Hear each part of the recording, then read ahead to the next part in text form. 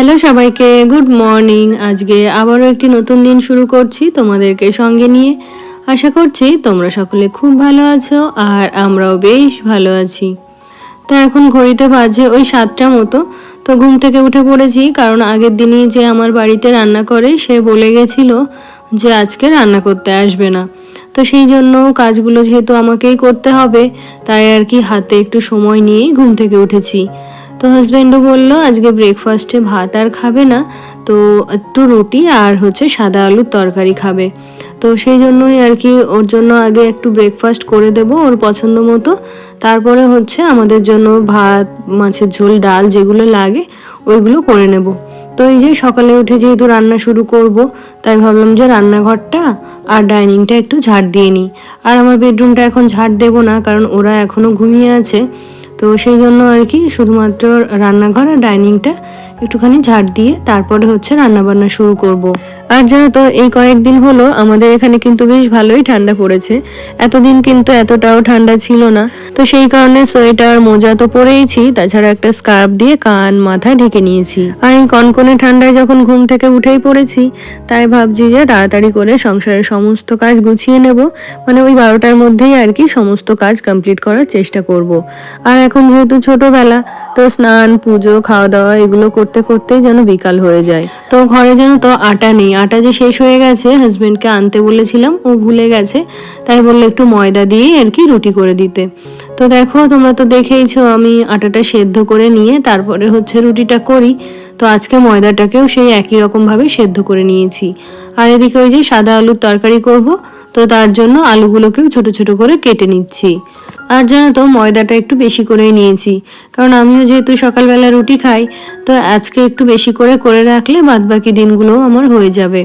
তো এই যে আলুটাকে কেটে ভালো করে ধুয়ে নিয়েছি, আর একটু সর্ষের তেলের মধ্যে শুকনো লঙ্কা, কালো জিরে, কাঁচা লঙ্কা ফোড়ন দিয়ে এই যে আলুটাকে দিয়ে দিয়েছি।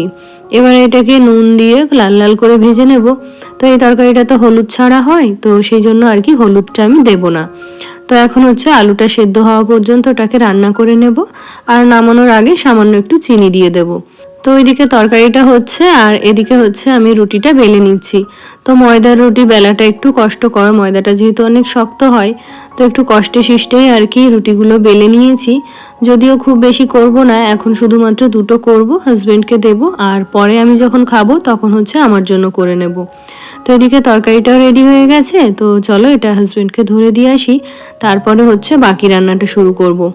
তো আজকে যেহেতু হাজবেন্ড সকালে রুটি খেয়ে গেল, তারপরে আমিও সকালে যেহেতু রুটি খাই, তো অন্যান্য দিনের থেকে চালটা একটু কম নিয়েছি। তো ভাতটা হতে যেহেতু বেশি সময় লাগে, তো সব সময় আমি জানো তো রান্নাঘরে এসেই আগে চালটা ধুয়ে বসিয়ে দিই। তো ভাতটা হতে হতে ওইদিকে ততক্ষণে আমার একটা ডাল, সবজি ওগুলোও রান্না হয়ে যায়। তো এদিকে ভাতটা বসিয়ে দিলাম। আর আজকে জানো তো যেহেতু হাজবেন্ড ওই যে সকালে আলুর তরকারি দিয়ে রুটি খেয়ে নিয়েছে, তো সবজি করব না। যদিও সকালে একটু সবজি খেত, তো আজকে তো খেলো না, তো যে সবজিটা করব সেটাই আর কি বেশি হবে। তো সেই জন্য আজকে ভাবছি একটা মাছের ঝোল আর আমার জন্য একটুখানি উচ্ছে ভাজা করে নেব। আর ডালটা গতকালকে রয়েছে ফ্রিজে, তো সেটাই আর কি গরম করে আজকের দিনটা চালিয়ে দেব। তো ওই যে কয়েকটা পাবদা মাছ ছিল, তো সেটা ছেলের জন্যই দেব তরকারিতে, আর আমাদের জন্য এই যে বাটা মাছ দিয়ে আর ওলকপি দিয়ে একটা মাছের ঝোল করব। তো বাটা মাছে যেহেতু খুব কাঁটা থাকে, তো সেই জন্য ছেলেকে ওটা আমি দিতে চাই না। অনেক সময় কি হয় জানো তো, ভালো করে বেছে দেখে শুনে দিলেও কাঁটাটা যেন থেকে যায়। তো সেই জন্য যে মাছগুলোতে একটু কম কাটা হয় সেগুলোই ওকে খাওয়ানোর চেষ্টা করি।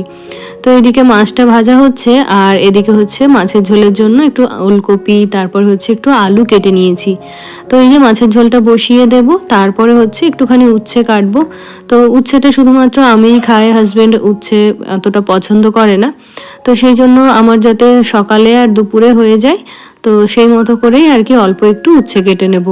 তো এই যে তেলের মধ্যে একটুখানি জিরে, আর মশলাটা তো ফ্রিজে করাই থাকে, তো ওটাকে ভালো করে কষে এই যে ওলকপি আর আলুটা দিয়ে এখন ভালো করে ভেজে নিচ্ছি। তো ওদিকে সবজিটা ভাজা হচ্ছে, আর এদিকে ওই যে উচ্ছে ভাজার জন্য উচ্ছেটা আমি পাতলা পাতলা করে কেটে নিচ্ছি। তো আজকে একদম কম তেল দিয়ে উচ্ছেটা একটু মুচমুচে ভাজা করব। তো এই ভাজাটা আমাদের বাড়িতে আমার মা করতো, তো উচ্ছেটা এইভাবে মানে খেতে কিন্তু ভীষণই ভালো লাগে। উচ্ছেটা অনেকটা চিপসের মতো হয়ে যায়, তো খেতে গেলে মনে হয় যে উচ্ছে খাচ্ছি না অন্য কিছু খাচ্ছি। তো সেরকম করেই আর কি উচ্ছে ভাজা খাবো। আর জানো তো একটা সময় এমন ছিল যে উচ্ছে, সজনে ডাঁটা, তারপরে আরও এমন কিছু শাকসবজি আছে যেগুলো একদমই খেতে চাইতাম না। তো বয়স বাড়ার সাথে সাথে ম্যাচুরিটিটাও একটু বেড়েছে, আর সেই সঙ্গে সেই অপছন্দের খাবারগুলো জানো তো এখন আমার ওই পছন্দের খাবারের তালিকায় চলে এসেছে।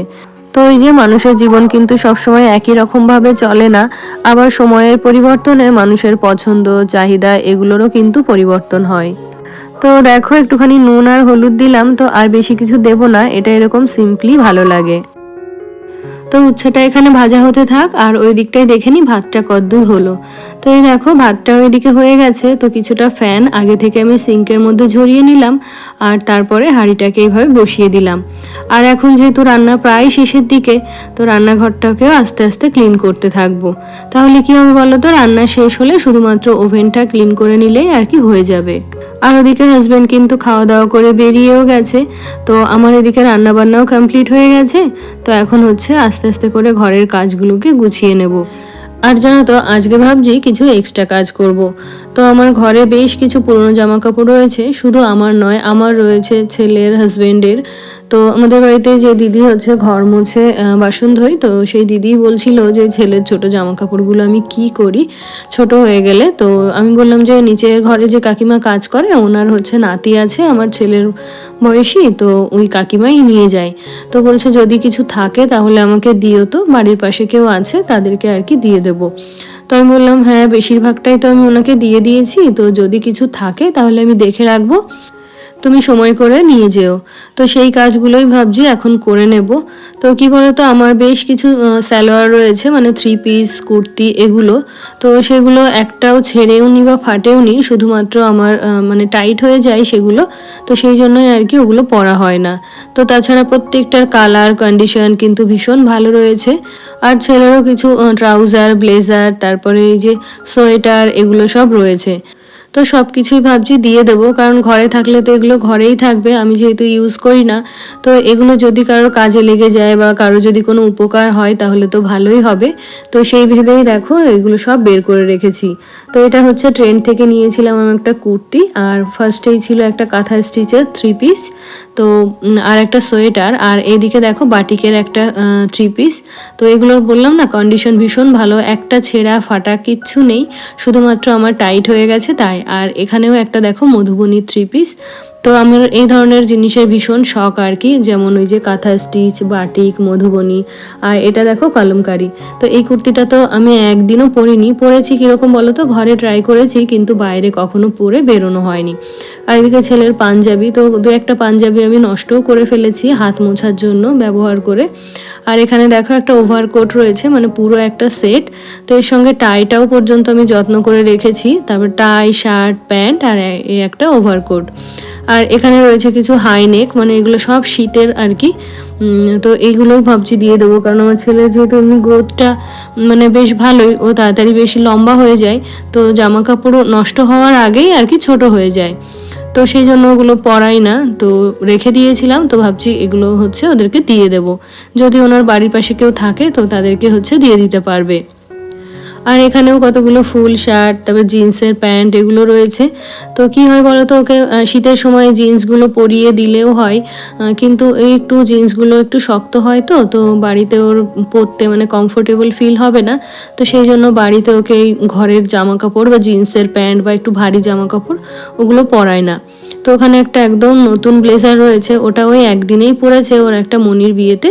ওই ব্লেজারটা মানে রিসেপশনের দিন আর কি একবারই পরেছিল, তারপরে আর কখনো ওই ব্লেজারটা ওকে পরানো হয়নি। তো সেটাও বের করে দিয়েছি যে নিয়ে যাবে।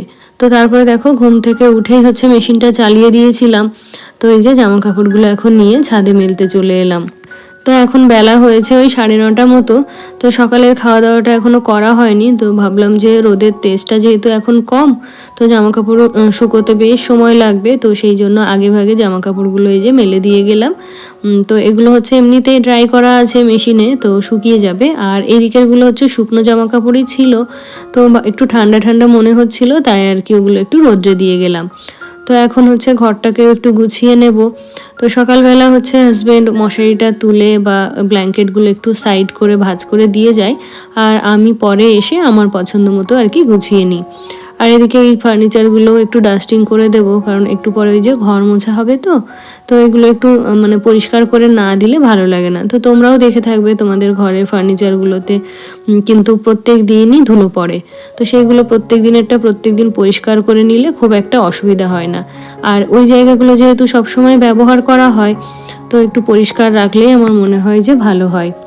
তো তারপরে দেখো ঘরের কাজ গুছিয়ে এদিকে স্নানটাও সেরে নিয়েছি। তো এখন যাব ঠাকুর ঘরে। আর আজকে বারটা ছিল সোমবার।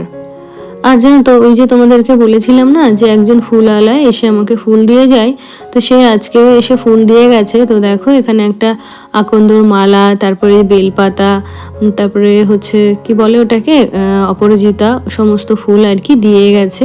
তো ওগুলো দিয়েই আজকে সোমবারের পুজোটা সেরে নেবো। আর জানো তো, যেহেতু সমস্ত ফুল এই এক জায়গাতেই পেয়ে যাচ্ছি, আমাকে আর খুঁজে খুঁজে গোছাতে হচ্ছে না। তো সেই জন্য এইভাবে পুজোর জিনিস যদি গোছানো থাকে না, তাহলে দেখবে খুব সুন্দরভাবে মন দিয়ে পুজোটা করা যায়। তো অনেক দিন পরে ঠাকুরকে একটা আকন্দ ফুলের মালা পরালাম। আর এই ধুত্রা ফুল তো আমি প্রত্যেক দিনই দিয়ে থাকি, কারণ ধুত্রা ফুলের গাছটা আমাদের বাড়িতেই আছে। তো সেই জন্য ধুত্রা ফুলটা আমি রোজকার আর কি ঠাকুরকে দিতে পারি, কিন্তু আকন্দর মালাটা অনেকদিন পর আর কি ঠাকুরকে দিলাম। তো এদিকে দেখো ঠাকুর পুজোটা সেরে নিয়েছি। আর আজকে ঠান্ডার কারণে চুলটাকে কিন্তু ছাড়াতেও পারিনি। তো ভাবছি পুজোটা সেরে তারপরে একটুখানি রোদ্রে গিয়ে বসবো। তো তারপরে তোমাদের সাথে দেখা হচ্ছে সন্ধ্যাবেলাতে। এদিকে সন্ধ্যাও দিয়ে নিয়েছি, আর হাজবেন্ডও অফিস থেকে ফিরেছে। তো হাজবেন্ড যেহেতু প্রত্যেকদিন এই ঠান্ডার মধ্যে বাইক করে অফিসে যায় বা বাড়িতে ফেরে, তো এখন ঠান্ডাতে প্রায়ও জমেই গেছে, তাই ভাবলাম গরম গরম এক কাপ কফি করে দিই।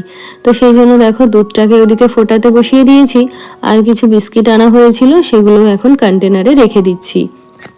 তো আমার গত ভিডিওতে রিমা ঘোষ জানতে চেয়েছে যে আমার ঘরে যে রান্না করে ওর কি ঠান্ডা লাগে না। আর জানো তো, আমারও ওই একই প্রশ্ন।